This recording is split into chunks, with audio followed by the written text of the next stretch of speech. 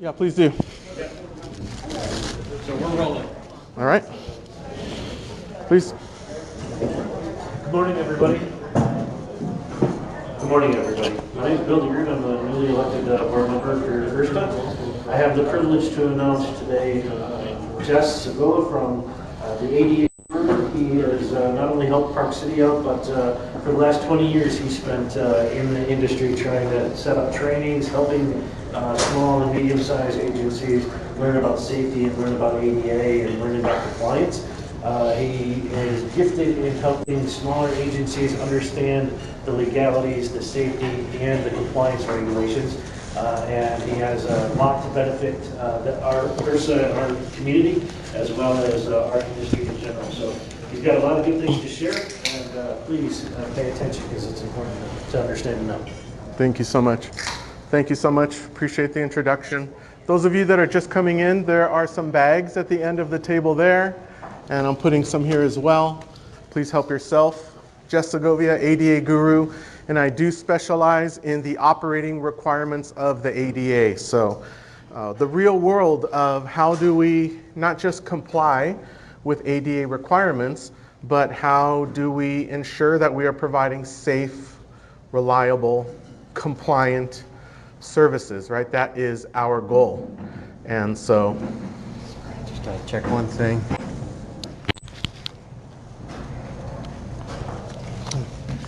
Technical difficulty. That's okay. Sorry about that. That's okay.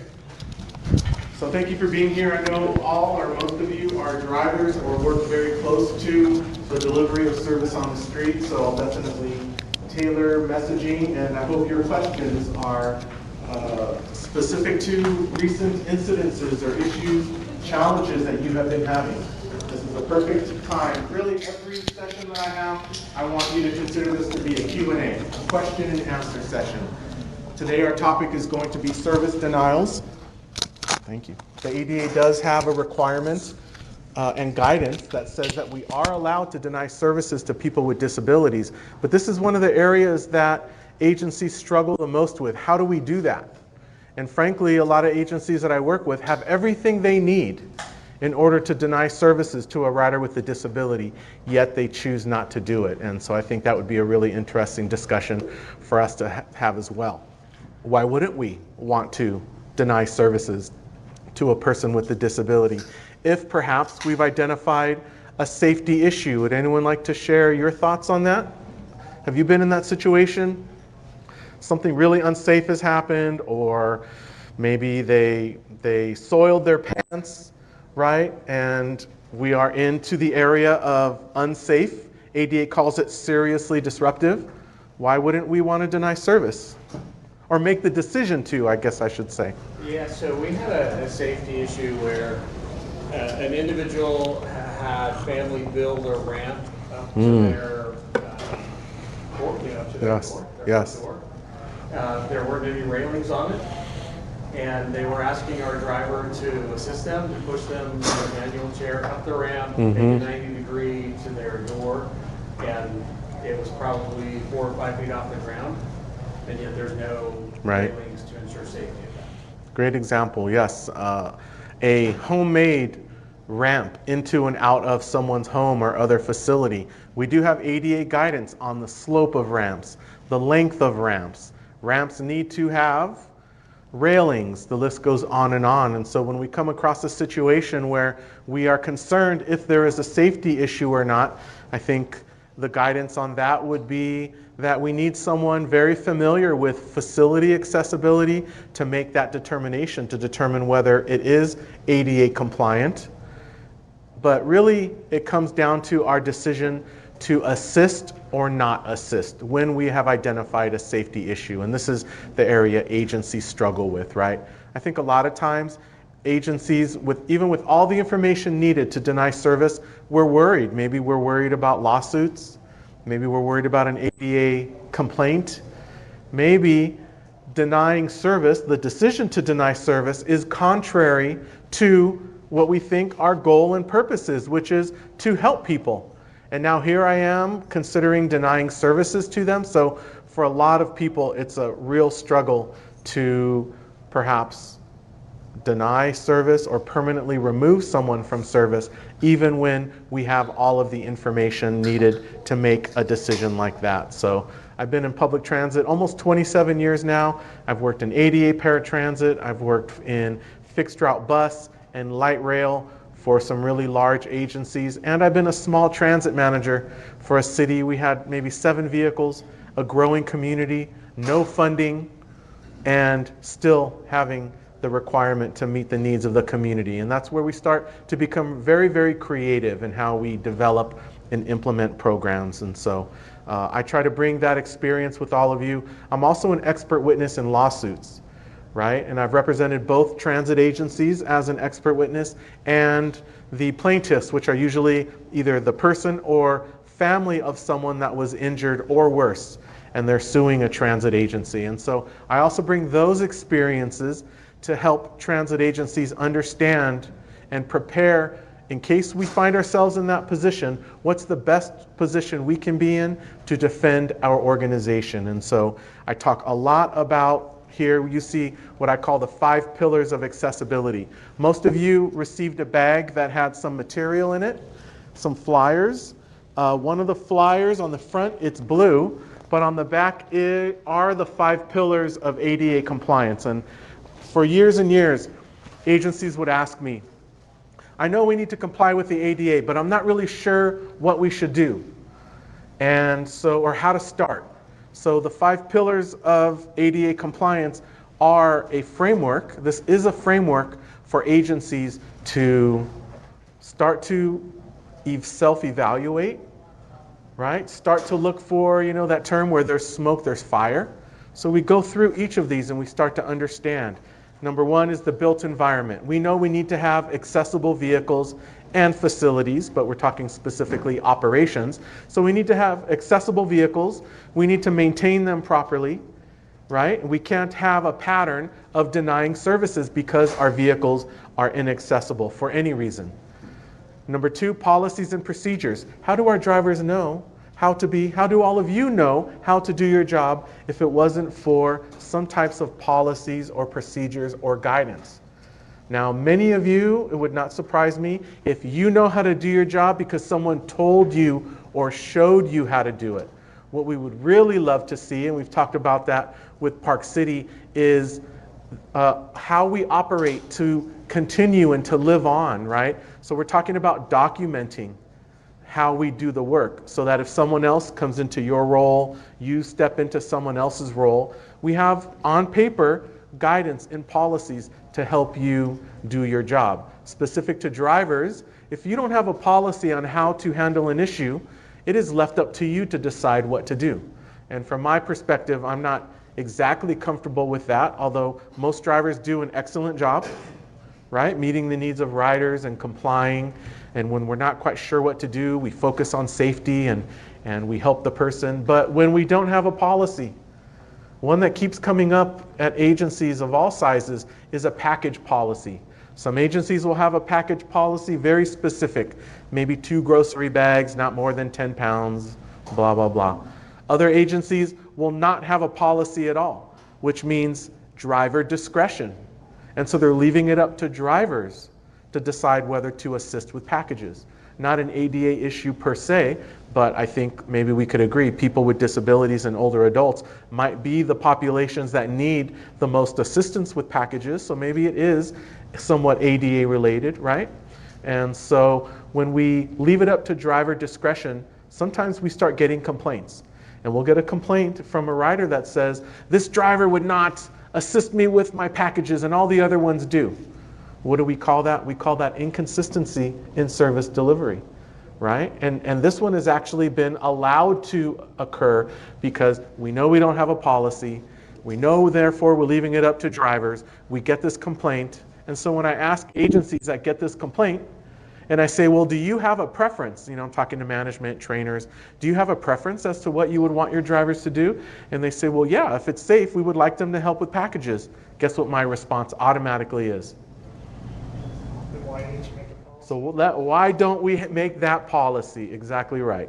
So this is some of the ways we do this work. So I want to challenge all of you, no matter what your role in operations, when you come across an issue, when you come across a complaint from a rider, and it looks like the cause of it was either caused by policy or caused by lack of policy, let's talk about that. Let's do something about that, okay? Number 3, training to proficiency. The ADA requires that staff are trained to be experts in your job. So you should all go through a training process to ensure that you can be successful every day and handle all of the issues and challenges that come your way. And so it's very important, of course, that we train our staff. Number 4 is probably the area where most agencies struggle, in my experience. They might have great policies, beautiful vehicles, right? Training, excellent, and then they just turn the keys over to the driver and say good luck. And there's not a lot of oversight happening. Oversight is the part where we are making sure that our drivers are doing the things that we require them to do, that they are following the policies that we have written, doing the things that they learned in training. I think the biggest mistake is many agencies wait for something to go wrong before a road supervisor is called out. And I think we need to be much more proactive. I really recommend, because this is the area where issues happen that often lead to lawsuits. This is the area where we can catch them. If we are doing regular reviews of our operators, I probably would review operators in service no less than 3 times a year. So I have it documented. I'm observing, I'm looking through complaints and all of these other things. So I think that's very important. And then the 5th one, the last one, is rider education. Wouldn't we all want our riders to have a realistic expectation of our service, right? And so these are the ways that we can do that. We put information on our website. Who is the role in our agency that is most responsible for training and educating our riders? What is that job? It's not marketing and outreach. It's you, the drivers. Our riders learn from drivers. They want something. We say it's against policy. We let them know what the policy is. Most of the time they go along with it, and we transport them, and everything is wonderful. The driver was the educator. We are the ones educating and answering questions. I don't think drivers and operators think of that for themselves. So we continue to say, of course, being a driver and operator is the most important role in the agency. I usually use the term van driver or bus operator. So all of you play a key role in creating a realistic expectation of service. You're representing the service as far as customer service and friendliness and making people feel like we want them on our vehicles. And so your roles cannot be understated, the importance of that, of course. So we're talking about direct threat, denial of service. I have lots of real-world examples, and please share yours as well. A bus operator observes that a passenger using a wheelchair has a wheel missing, and the operator is concerned that the device may damage the van. So they tell the passenger that their wheelchair is a safety concern, and they deny service. Anyone have thoughts on that scenario? Are we allowed to deny service because someone's wheelchair is missing a wheel? We know we have the guidance that says we need to provide a reasonable level of assistance. The ADA in general is blanketed with this concept of we need to be reasonable. We need to make reasonable determinations. Anyone have thoughts on whether it would be reasonable to deny services in this situation? I think yes. You think it would be? Why? Safety, if there will, I mean, even if it's like a small will, it's good while there's Sure. secured, and I don't think you'll secure that correctly. Okay, thank you. Also blame the driver. Yeah. And the driver can always be blamed for anything at any time. We just have to do our jobs understanding that for any reason, for no reason, a complaint can be filed, a lawsuit can be filed. There's really nothing we can do to control that part. Now we can do great work and follow our policies, and that will help eliminate issues and accidents and these types of things, but in large part, there's not a whole lot we can control from our riders and our population. Do you have a response? Yeah, I was thinking a similar thing. It seems perfectly reasonable to me that we don't want to bring equipment on that's going to damage our vehicles. Okay. but also a wheel missing is a huge safety liability to the passenger. It definitely could be. So we have a very high standard in the ADA with regards to denying service. When we talk about denying service, it is the highest form of discrimination in transportation. So when and if we are going to deny service, we have to be on the most solid of ground in order to perhaps have to defend ourselves, right? I think all of the comments touch on safety. If a person, well, first of all, I didn't describe anything here that identified that anything unsafe was occurring. Maybe if I had added they're boarding with their wheelchair and the wheelchair is scratching and damaging the ramp or the floor of the bus, that would be an example of something unsafe or unacceptable happening. But in and of itself, a wheelchair missing a wheel is not a safety issue. So we cannot deny services in anticipation of something unsafe occurring. And I hope I did a good job of describing here.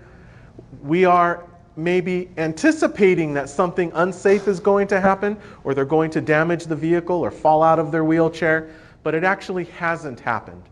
And that is the standard that we need to operate by. Does a safety issue exist? So I gave the example a few minutes ago about someone soiling themselves. Maybe they urinated in their pants, right? They're standing in a puddle of it outside the vehicle. We know 100% they are going to be bringing those fluids into our vehicle. We can work with that, right? But that's not quite the same thing as someone with body odor that might smell like urine. My grandfather, rest his soul, the last year of his life, didn't do a great job with personal hygiene as he got sicker and sicker. And he had to wear the Depends undergarment, and he used them.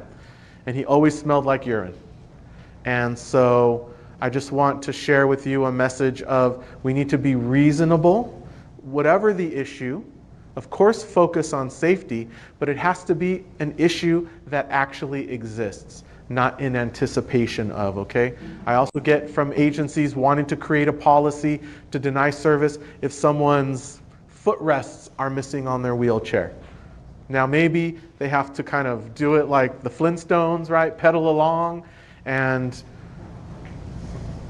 I don't know that there's a safety issue there. That's different if their feet are dragging and bleeding and blood is being trailed. Do you see the two differences in how we make these types of decisions? I Yes? think it's important to point out, hey, it looks like you're missing a wheelchair wheel, or hey, I noticed something. Yeah. Just to kind of clear the air about what the issue may be if it does happen, but that's not necessarily denying service, but just letting them know. It's Sure. like, this may be a risk. Your wheelchair's missing a wheel.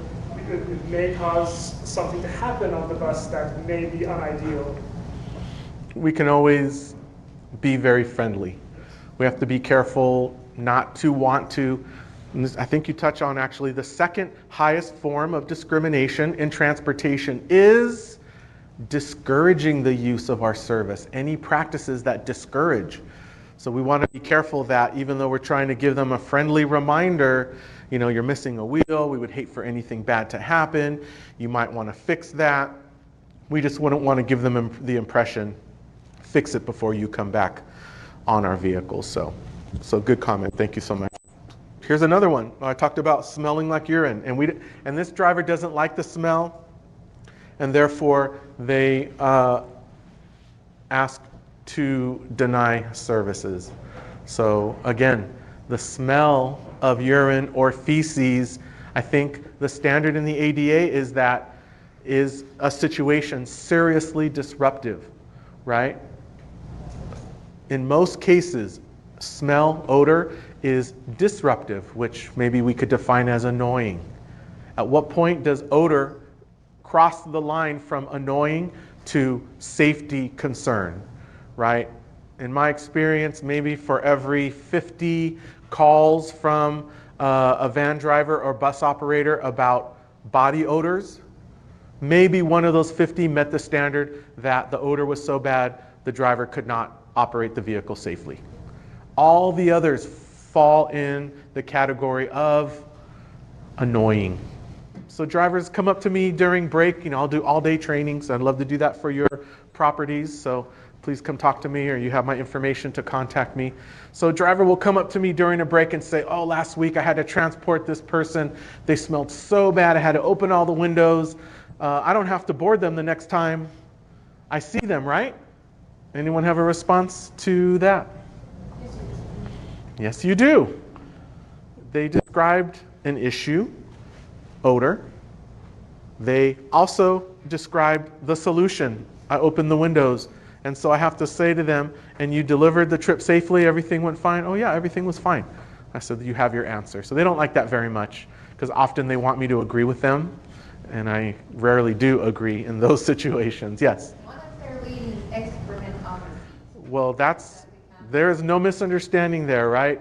Other people's bodily fluids are a safety hazard. And so leaving little presents for us, that is more than enough for us to deal with it. So it's the odor issue that we most often come across that agencies and drivers struggle with. But yes, if you see the presence of urine or feces or any other bodily fluid, people have open wounds.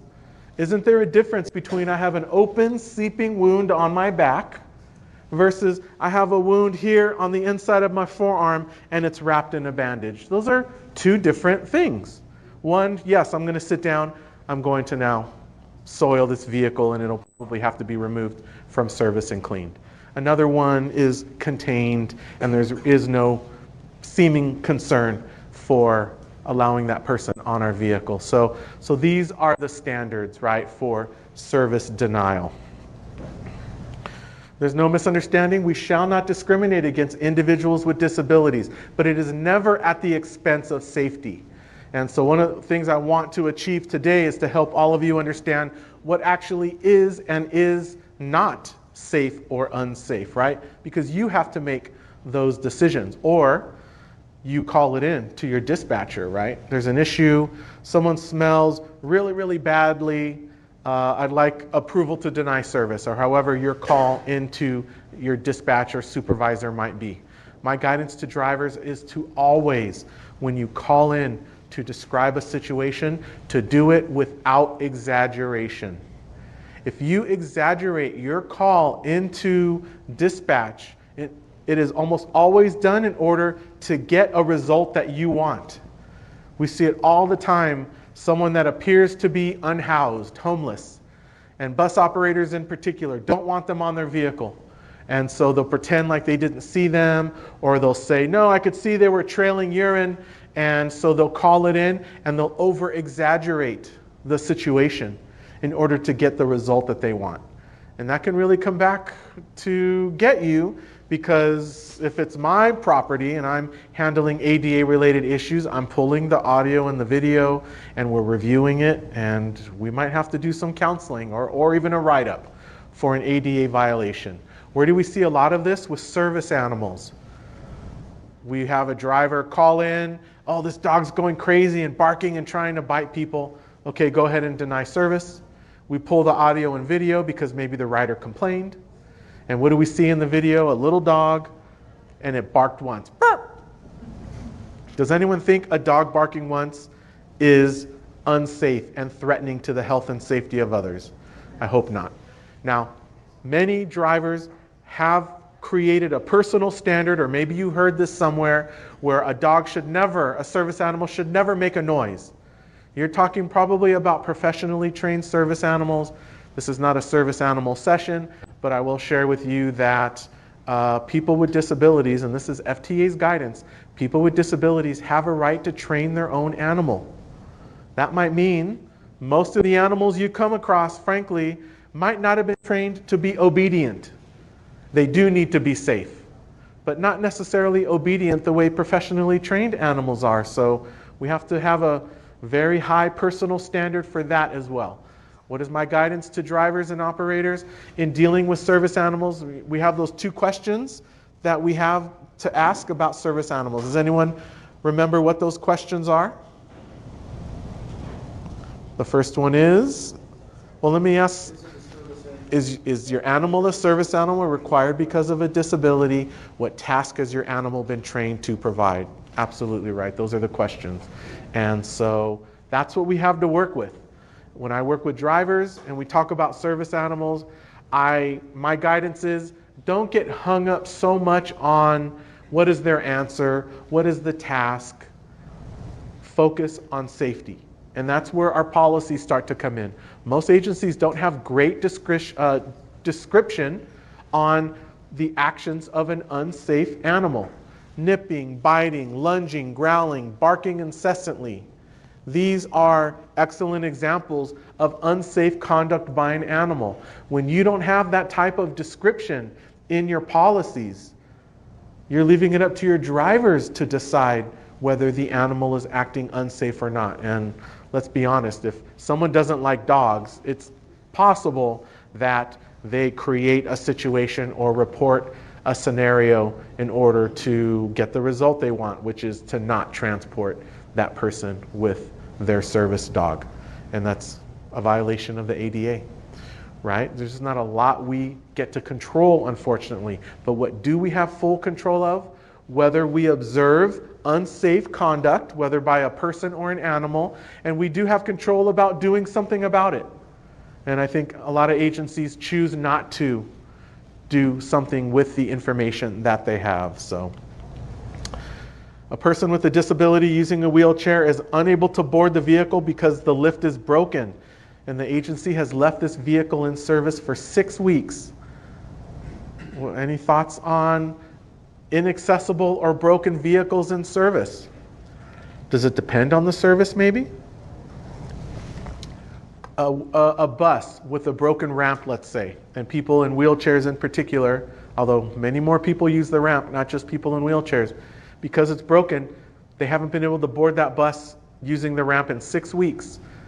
Do you know that one inaccessible bus in your fixed route fleet makes your entire fixed route service inaccessible? And it is a violation of the ADA.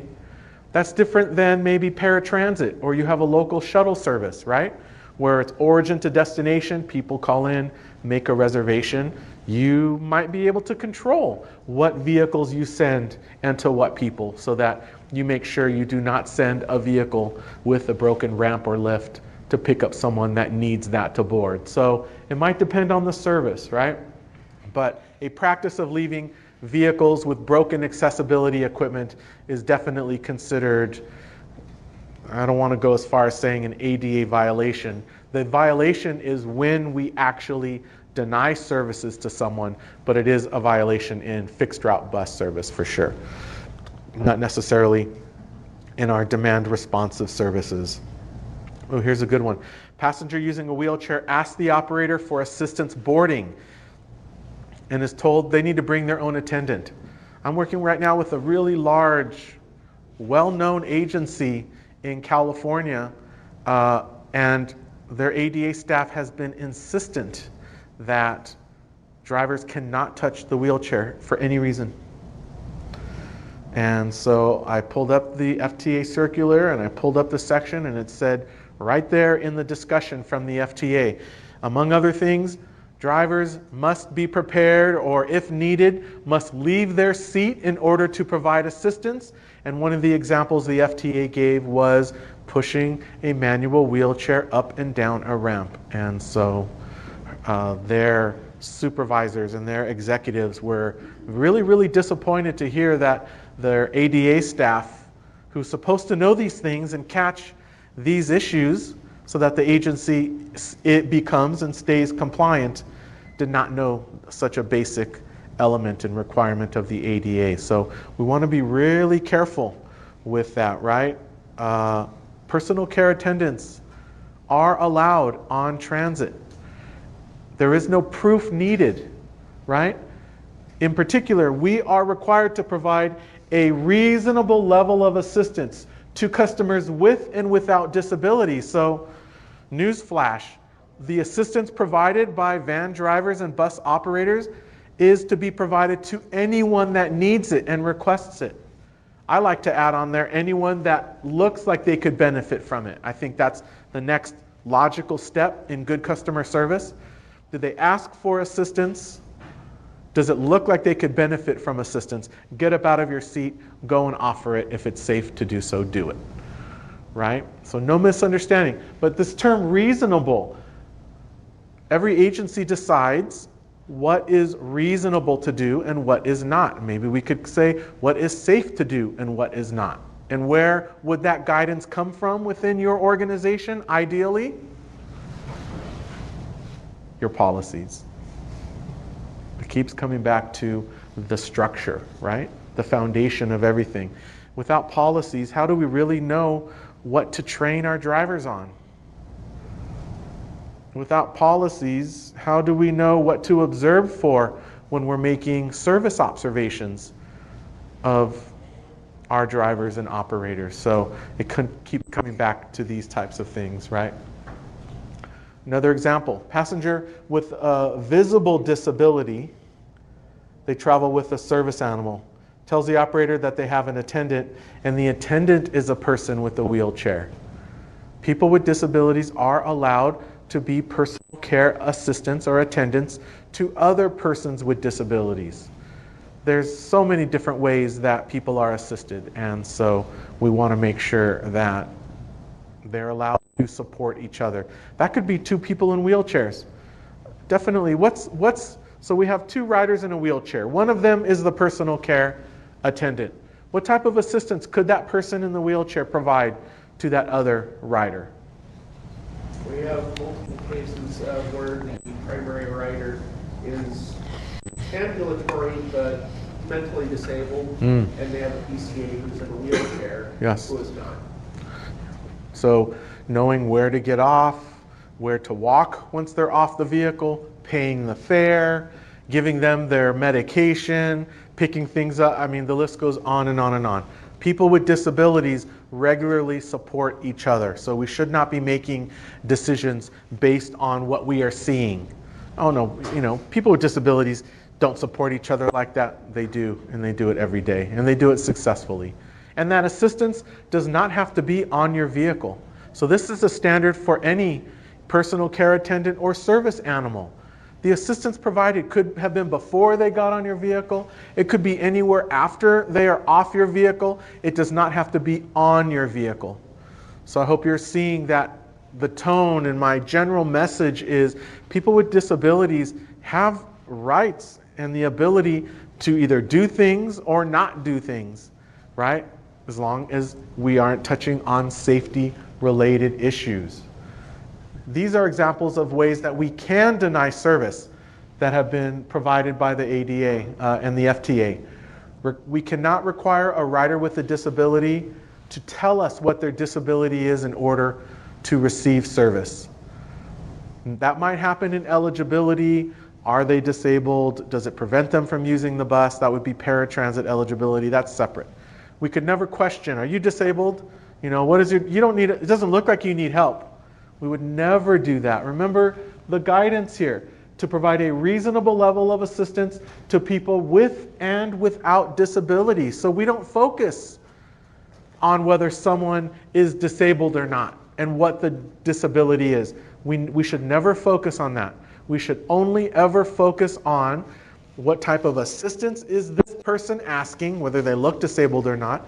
Is it safe for me to do it? Do my policies allow me to do it? And if I'm not sure, what should we do as a driver? We ask, we call it in. Ask our dispatcher, contact supervisor, whatever staff and terms and positions you all have within your operation, right? That is a recipe for success. Is what they're asking me to do, do my policies allow it? Is it safe for me to do it? And if I'm not sure, call in for guidance. And that's why we need drivers to be experts at describing every issue and incident with what?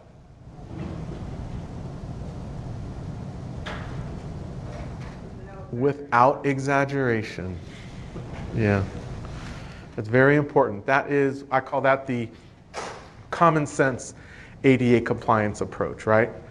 When people exaggerate and we make decisions based on those exaggerations, it doesn't usually work well in the agency's favor, right? All we have to do is pull audio and video to see. And I mean, one time a bus operator denied services to a rider using a service animal, okay? The rider complained, as I hope all of you do, or your management does. When an ADA complaint is received, you pull the audio and the video, and if needed, you contact the rider, and you interview the operator if needed, and then we make a determination that is reasonable based on the evidence that we have. And so we see in the video, services were denied to that rider. So we interviewed the driver, and why was service denied? And the driver said, the dog bit me the last time it boarded. So we were very apologetic. So sorry about that. What was that date? We'll pull up the report. And the driver says, oh, well, I didn't file a report. And so guess what we did? We wrote him up. ADA violation. If something isn't documented, does it exist? If someone urinates on your vehicle 3 days in a row and you don't document it until the third day, how many times did it happen? Once. So now we're rolling into the importance of documentation, right? Documenting the experience, the issue. We can pull video.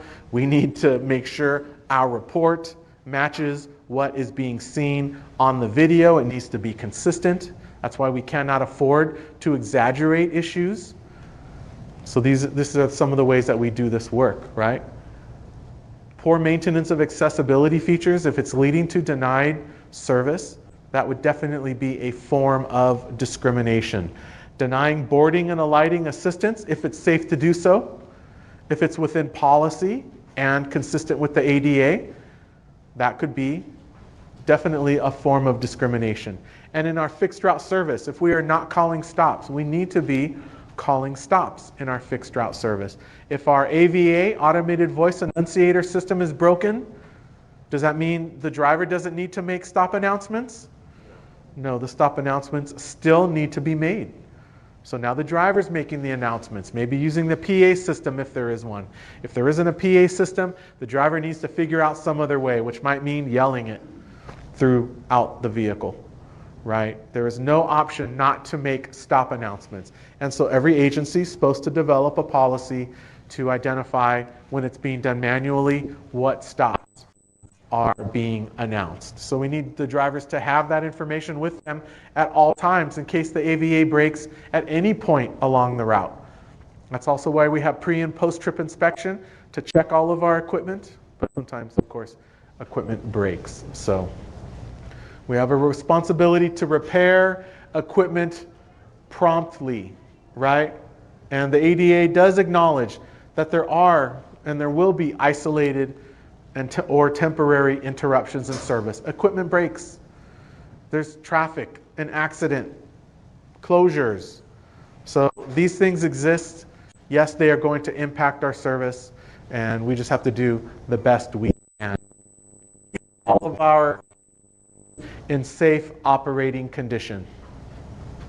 We also need to have a practice, if any of our equipment breaks, that the driver needs to report that by the most immediate means available. So, but your lift, your ramp breaks, that should be reported immediately, the same way you report other issues.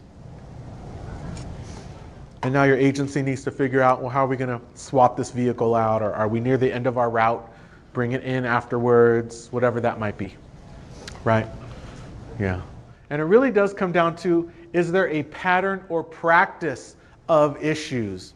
Yes, I guess we can get, quote unquote, in trouble for individual incidences, but when do agencies really get in trouble? When the data shows that there's a pattern of discrimination. And what are the two ways that we discriminate in public transit? Number one was denying service, and the second one, anything that discourages the use of our service. What might that second one look like also? For any of your services where people have to call in to make a reservation, it takes them 45 minutes on hold before they get to a reservationist. That could be seen as a form of discrimination by way of discouraging their use. Some percentage of those, and I'm going to be one of them, some percentage of those callers, I'm going to be like, forget it, hang up the phone. That's especially problematic in ADA paratransit.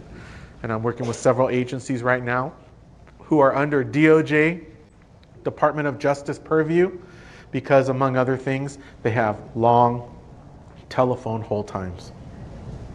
They also have, it seems like maybe they're connected, but they also have, the data shows a high level of denied trip requests. And in paratransit, those are two of the most significant ways that we prove whether we are compliant or not. So take a look at this.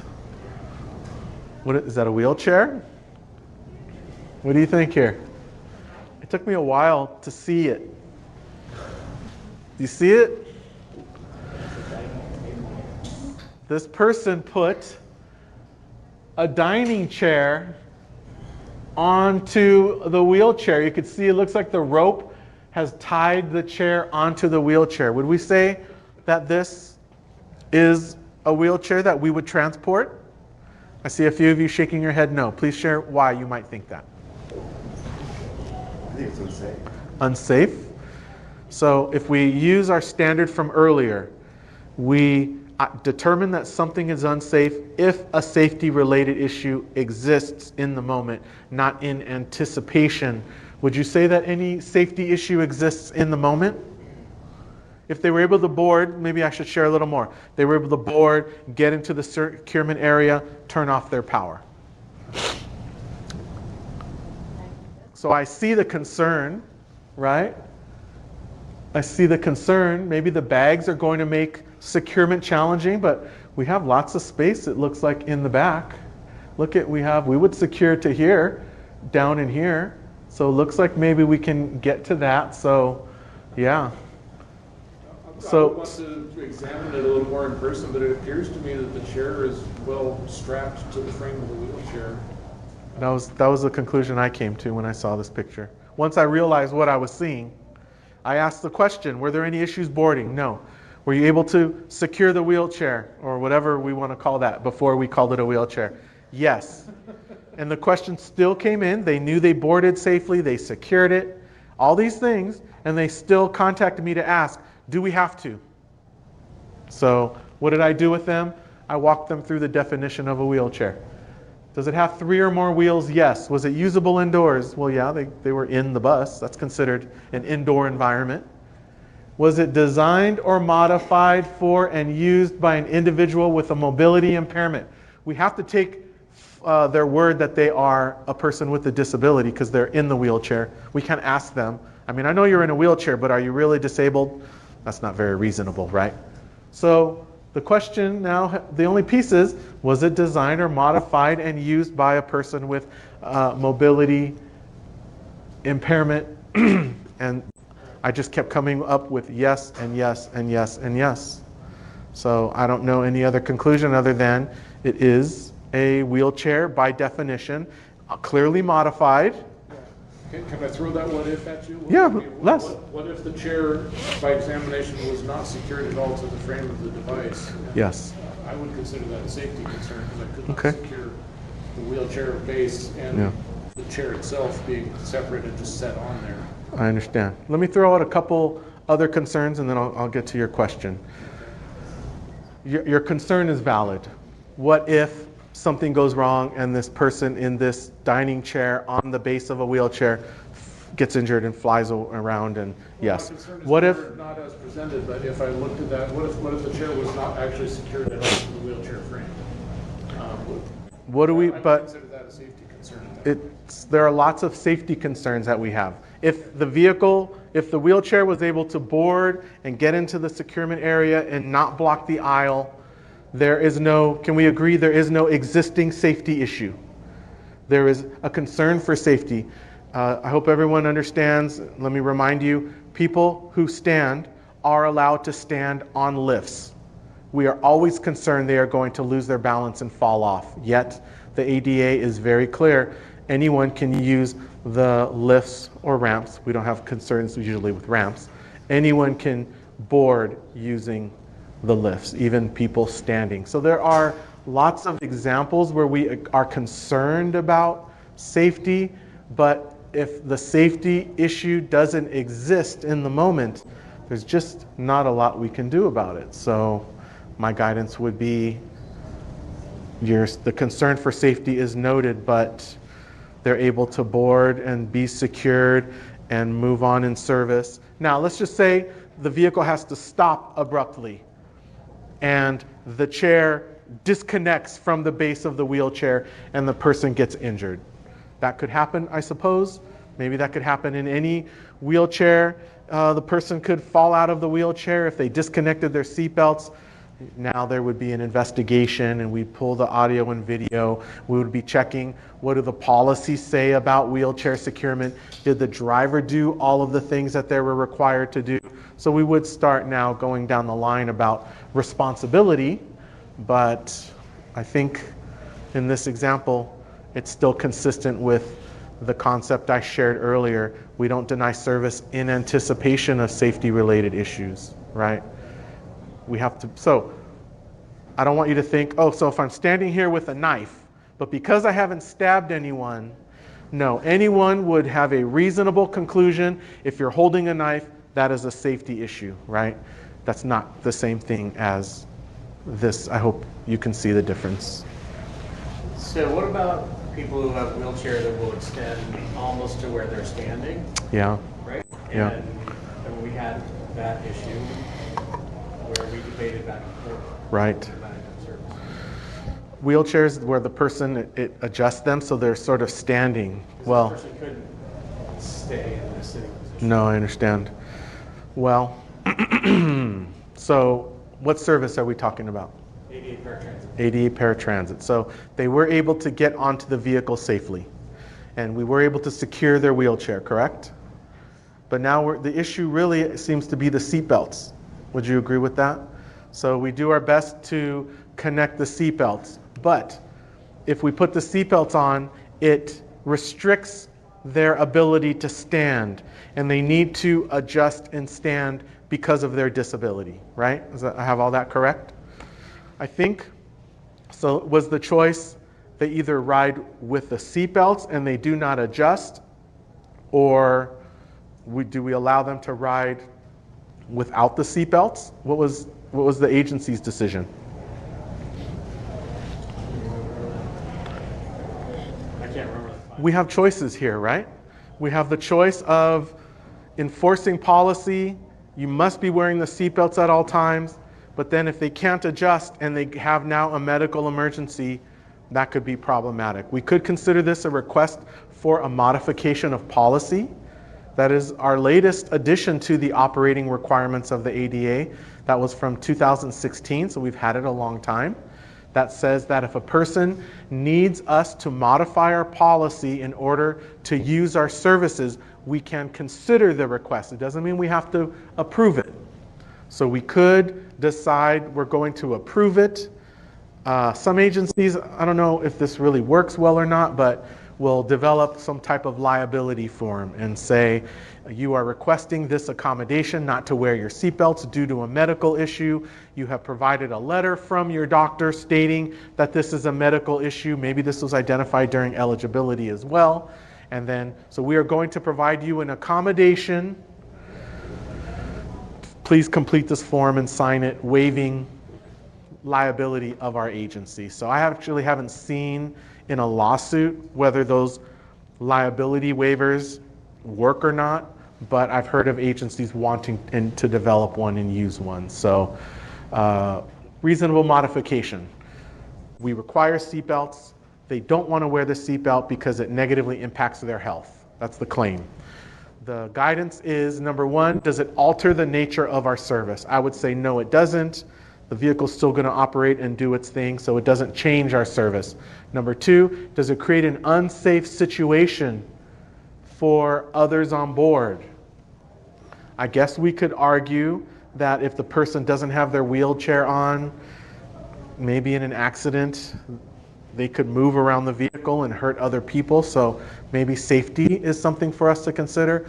The third one is preference, is what they're asking us for, a preference. That does not seem to be the case here. They seem to need it for a medical emergency. And then the fourth one is administrative or financial burden, and I don't think there's a financial or administrative burden here. So So the only one we really have to work with is safety. I can't answer that question for you because every agency has to decide whether this is an accommodation that you want to provide or not provide, right? I would talk it through just like we did now. What are the safety concerns? Well, falling out of the wheelchair is a safety concern. Injuring someone else could be a safety concern, but ultimately it comes down to each agency's decision making, right? So that's a good one. And there are lots of examples of this. People that have oxygen tanks or colostomy bags and the seatbelts pinch on those tubes and they request an accommodation. I don't have guidance for you on that because I don't know what medical information are they providing from the doctor. Sometimes people exaggerate that it's actually hurting them when maybe it's not. So each one of these is handled individually, but these are some of the things, these are some of the more challenging issues that we deal with, definitely. We only have a few more minutes. Let me review some of the other information that's in your bag there. I have lots of webinars that I do. There are a couple on my website. I also recommend, raise your hand if you have participated in my ADA Q&As online. I do the free webinars. So I know a lot of people have approached me today about those. Go to my website and sign up. I do free webinars where we do just this. It's a Q&A. So you can go to my website, adaguru.co, not com.co, scroll to the bottom, and you'll see where you can sign up for the newsletter. I do have a training coming up in Hawaii, one spot left. Would love to see you there. We have time for one or two more questions. Has anyone dealt with any ADA-related issues lately? And would like to know, did we handle it correctly, or what would my thoughts be? Where the passenger does not want their chair secured to the floor. Okay. So we have mandatory wheelchair securement policy, and they do not want their wheelchair secured. We are well within our rights to enforce our policy, and this is one of the areas where I see agencies struggle. We have the policy, we state it to them, and then we don't follow our policy, and we let them ride without their seatbelt being secured. So that is an agency choice. I would say probably if something were to happen and that person were to get injured, an expert witness is going to ask something like, why do you have a policy and why did you choose not to follow it? And why, when it was called into dispatch said, okay, just go ahead and let them ride unsecured.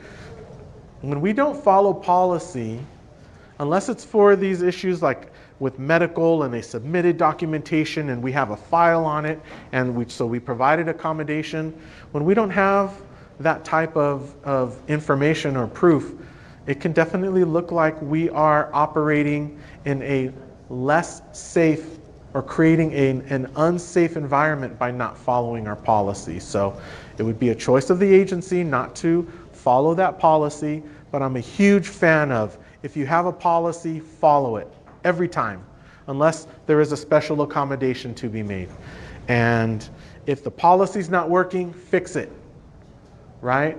I've worked with a lot of agencies where the policy says one thing and all the drivers are doing something else.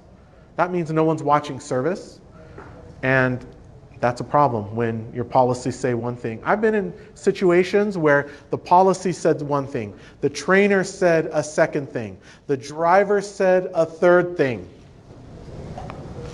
How do we defend that?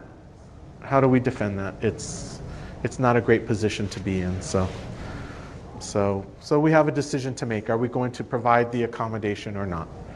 Right? Why do we secure wheelchairs? Because every other seat in our vehicle is secured to the floor. Why on certain vehicles do we require seatbelts? Because every seat has a seatbelt and everyone is required to wear it. Is Utah a state where adults do not need to wear seatbelts in the back seat? There are a handful of states like that. So you can require mandatory use of seatbelts. And on that topic, I really recommend that your drivers offer, every time someone boards, would you like assistance with your seatbelt? No? Okay, fine. And then they have visual confirmation that the seatbelt was actually attached. Because I've been involved in several lawsuits where the rider was injured because they fell out of their seat or wheelchair, and then they claim that the driver did not connect it. And when we look at the video, we don't see the driver making any effort to ensure that anyone on the vehicle was wearing their seatbelts.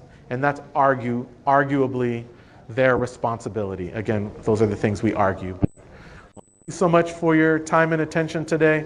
It's a pleasure. Please do go to my website, adaguru.co, and scroll down to the bottom. I have webinars coming up. I would love to work with your agencies. We can work on your policies. We can work on a rider's guide and website content and all of those other efforts for you. So thank you very much.